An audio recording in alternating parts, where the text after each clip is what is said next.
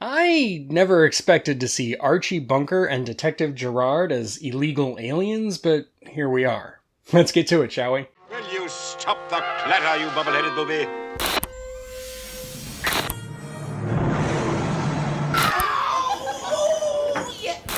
The Outer Limits.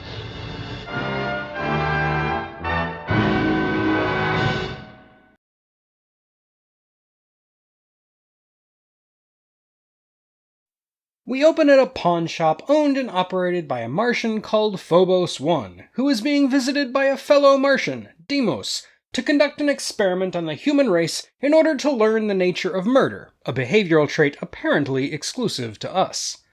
Phobos then acclimates Deimos by showing him how to do drugs. First a puff, then a sip, and that's all you need. It is quite stimulating. Afterwards, they get information from base that a murder is about to happen nearby, which the pair track with their highly sophisticated alien technology far in advance of anything we could ever understand. This takes them to a hotel lobby, where Deimos sets out his equipment, a dangerous device capable of manipulating time. In the lead-up to the actual murder, they key in on the perp, a jealous blonde whose name they get through technological telepathy. I must be losing my marbles. What is my name? Carla. That's a lie, though. We all know her real name is Janice.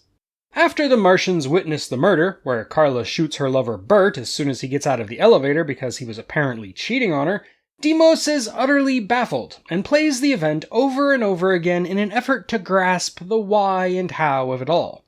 Eventually, Deimos has had enough of being a passive observer, and decides to see what will happen if he prevents the killing altogether. What happens is that Bert and Carla immediately reconcile and agree to get married, which is the perfectly predictable end result of attempted murder.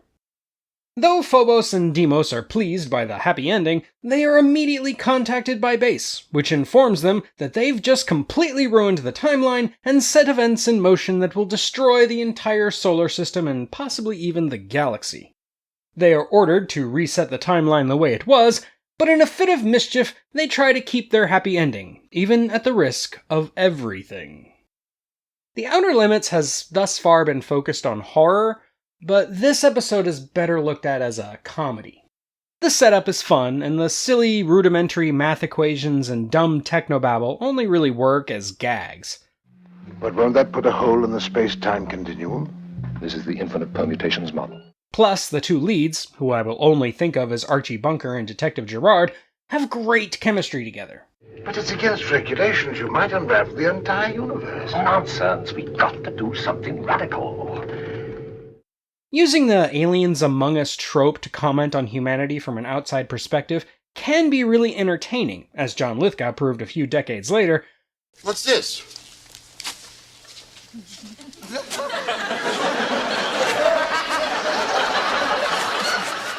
But like an SNL skit that overstays its welcome, the humor fades into tedium, especially after the audience is forced to watch the same lengthy effect every single time the Martians mess with events.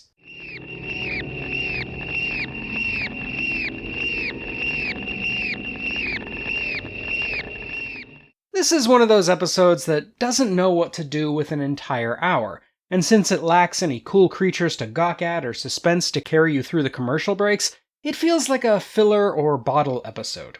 It's cute, but it's also completely forgettable. And that's all I have on Controlled Experiment. Now, as always, do all those YouTubey things.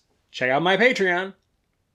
And all that other good stuff. But until next time, this is the Unapologetic Geek, telling you to never be ashamed of what you love. As long as you're not hurting anybody. There is an answer to this, and pure science will find it.